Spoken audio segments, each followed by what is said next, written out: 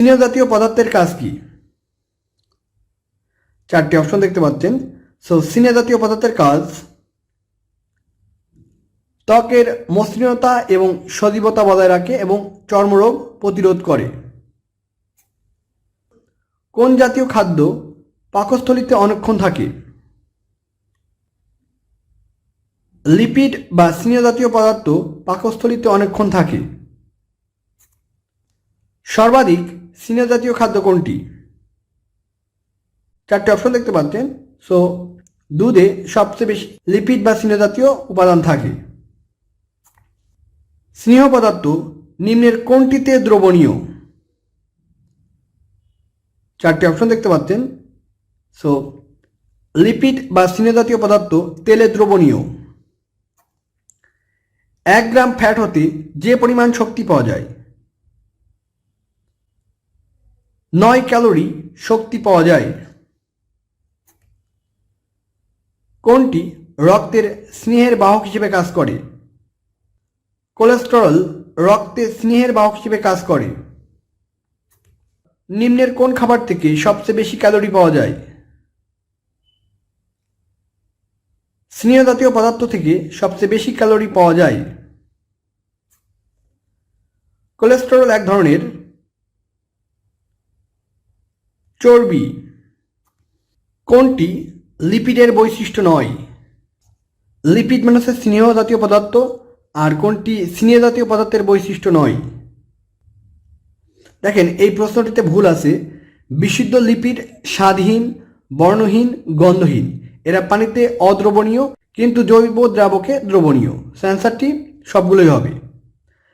এটি বর্ণহীন, এটি স্বাদহীন, এটি পানিতে অদ্রবণীয়, এটি গন্ধহীন। অ্যান্সারটা হবে উপরের সবগুলোই লিপিডের বৈশিষ্ট্য। নিচের কোনটিতে লিপিড দ্রবীত হয় না? পানিতে লিপিড দ্রবীত হয় না। খনিজ লবণের প্রধান উৎস, চারটি অপশন দেখতে পাচ্ছেন। খনিজ লবণ থাকে মাংস, ডিম, দুধ, কলা, সবুজ শাকসবজি, অর্থাৎ সবকটিতেই খনিজ পদার্থ থাকে। অ্যান্সারটা হবে খনিজ লবণের উৎস উপরের সবগুলো। কোন খাদ্য সক্রিয় পরিশোষণে শোষিত হয়? খনিজ লবণ সক্রিয় পরিশোষণে শোষিত হয়। মানবদেহে শতকরা কত ভাগ খনিজ লবণ থাকে? 4% খনিজ লবণ থাকে। সবুজ তরিতরকারিতে সবচেয়ে বেশি থাকে খনিজ পদার্থ ও ভিটামিন। হাড় ও দাঁতকে মজবুত করে 34তম 26তম বিশেষে আসছে। হাড় ও দাঁতকে মজবুত করে ফসফরাস। মানবদেহে হাড় ও দাঁত গঠন এবং ফসফোলিপিড তৈরি করে কোন খনিজ লবণ? ফসফরাস হাড় ও দাঁত গঠনে এবং ফসফোলিপিড তৈরিতে সাহায্য করে। মানুষের শরীরে বেশিরভাগ ফসফেট থাকে হাড়ে। কচু শাক বিশেষভাবে মূল্যবান যে উপাদানের জন্য, তা হলো, অর্থাৎ কচু শাকে সবচেয়ে কোন মূল্যবান উপাদানটি থাকে? কচু শাকে প্রচুর পরিমাণে লৌহ থাকে। হিমোগ্লোবিন কি জাতীয় পদার্থ? এই প্রশ্নটি নিয়ে অনেক কনফিউশন আছে। কোথাও কোথাও আমিষ আছে, কোথাও কোথাও লৌহ আছে। এ ধরনের প্রশ্নে অ্যান্সার না করাই ভালো। সবচেয়ে বেশি গ্রহণযোগ্য হিমোগ্লোবিন লৌহ জাতীয় আমিষ জাতীয় পদার্থ। রক্ত শূন্যতা দেখা যায় কোনটির অভাবে? রক্ত শূন্যতা হয় আয়রন বা লৌহের কারণে। কোন খাদ্যে লৌহের পরিমাণ সবচেয়ে বেশি থাকে? চারটি অপশন দেখতে পাচ্ছেন। কচু শাকে সবচেয়ে বেশি লৌহ থাকে। দুগ্ধদানকারী মা বা ল্যাকটেটিং মাদারের জন্য কোন মিনারেলটি অত্যন্ত জরুরি? ক্যালসিয়াম সবচেয়ে বেশি জরুরি। ক্যালসিয়ামের প্রধান উৎস কি? ক্যালসিয়ামের প্রধান উৎস দুধ। অস্থির বৃদ্ধির জন্য সবচেয়ে বেশি প্রয়োজন ক্যালসিয়াম। অস্থি ও দাঁত গঠনে সহায়তা করে ক্যালসিয়াম ও ফসফরাস। শরীরের হাড় ও দাঁতের গঠনের কাজে বেশি প্রয়োজন কোনটি? সবচেয়ে বেশি প্রয়োজন ক্যালসিয়াম। ক্যালসিয়াম ও পটাশিয়াম সাহায্য করে পেশির শক্তি বর্ধনে। কোনটির অভাবে শিশুদের দাঁত উঠতে দেরি হয়? শিশুদের দাঁত উঠতে দেরি হয় ক্যালসিয়ামের কারণে। মানুষের শরীরে দৈনিক কত গ্রাম ক্যালসিয়াম প্রয়োজন? দৈনিক 1000 মিলিগ্রাম ক্যালসিয়াম প্রয়োজন। নিচের কোনটি আয়োডিন সমৃদ্ধ খাবার নয়? ফ্রুটস অর্থাৎ ফলমূল আয়োডিন সমৃদ্ধ খাবার নয়। আয়োডিন বেশি থাকে সমুদ্রের ইলিশ মাছে, আয়োডিন বেশি থাকে। আয়োডিনের অভাবে কোন রোগ হয়? আয়োডিনের অভাবে গলগণ্ড রোগ হয়। সামুদ্রিক মাছে পাওয়া যায় প্রচুর পরিমাণে আয়োডিন। দৈনিক খাদ্য তালিকায় সামুদ্রিক মাছ বা শৈবালের অন্তর্ভুক্তি কোন রোগের প্রাদুর্ভাব কমাতে সাহায্য করে? 37তম বিশেষে আসছিল। অ্যান্সার টেবে হাইপোথাইরয়েডিজম রোগের প্রাদুর্ভাব কমাতে সাহায্য করে। আয়োডিন পাওয়া যায়, 4টে অপশন দেখতে পাচ্ছেন। সো আয়োডিন পাওয়া যায় শৈবালে। খাবার লবণের সাথে বর্তমানে আয়োডিন মেশানো হয় কেন? খাবার লবণের সাথে আয়োডিন মেশানো হয় গলগণ্ড রোগ যাতে না হয়, এই কারণে খাবারের লবণের সাথে আয়োডিন মেশানো হয়। সবচেয়ে বেশি যে ফলে পটাশিয়াম পাওয়া যায়? সবচেয়ে বেশি পটাশিয়াম পাওয়া যায় ডাবে। কচু খেলে গলা চুলকায়, কারণ কচুতে থাকে ক্যালসিয়াম অক্সালেট। খাদ্যের কোন উপাদানটি মূলত পচনের জন্য দায়ী? পানি পচনের জন্য দায়ী।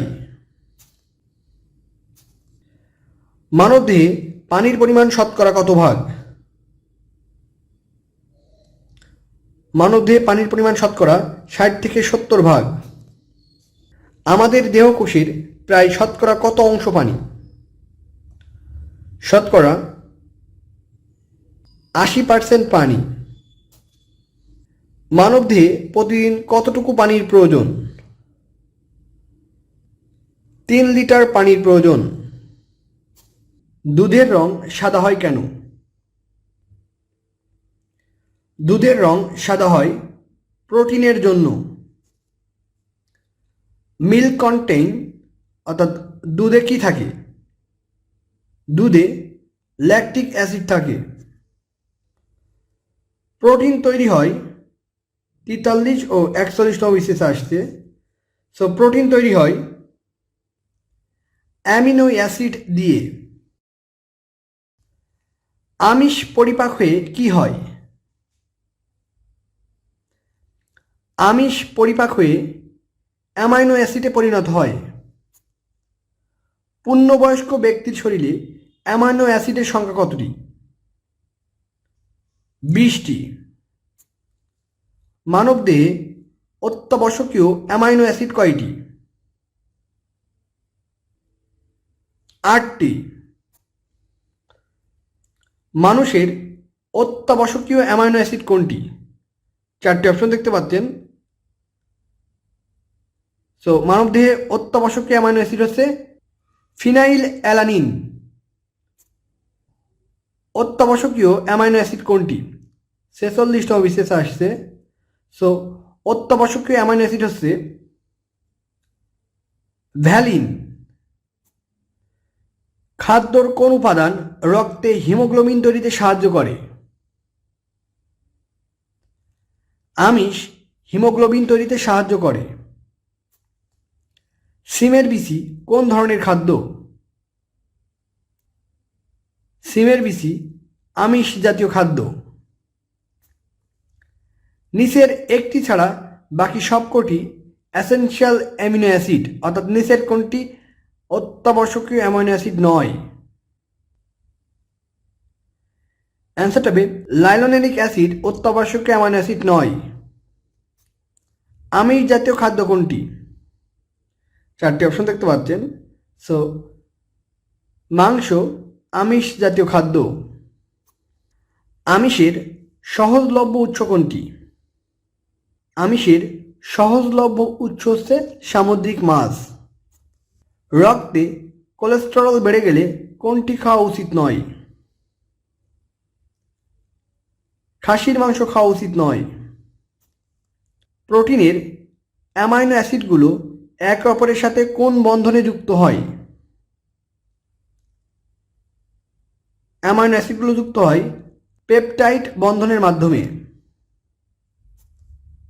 নিচের কোনটি অপ্রোটনীয় অ্যামাইনো অ্যাসিড? চারটি অপশন দেখতে পাচ্ছেন। অ্যান্সারটা হবে অর্নিথিন। কোন জৈব উপাদানে গ্লুটামিক অ্যাসিড থাকে? আমিষে গ্লুটামিক অ্যাসিড থাকে। কোনটিতে আমিষের পরিমাণ সবচেয়ে বেশি থাকে?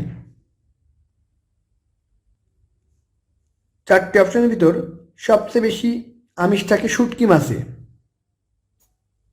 কোন ফলটি বেশি আমিষ সমৃদ্ধ? কাঁঠাল একটি আমিষ সমৃদ্ধ ফল। কোনটিতে প্রোটিন নেই? মাখন, দুধ, ঘিতে প্রোটিন থাকে কিন্তু পানিতে প্রোটিন থাকে না। তো এই ছিল আজকের মতো। তো যারা নতুন এখনও আমাদের চ্যানেলটি সাবস্ক্রাইব করেনি তারা অবশ্যই আমাদের চ্যানেলটি সাবস্ক্রাইব করে আমাদেরকে উৎসাহিত করবেন। সবাই ভালো থাকবেন। ধন্যবাদ। আসসালামু আলাইকুম।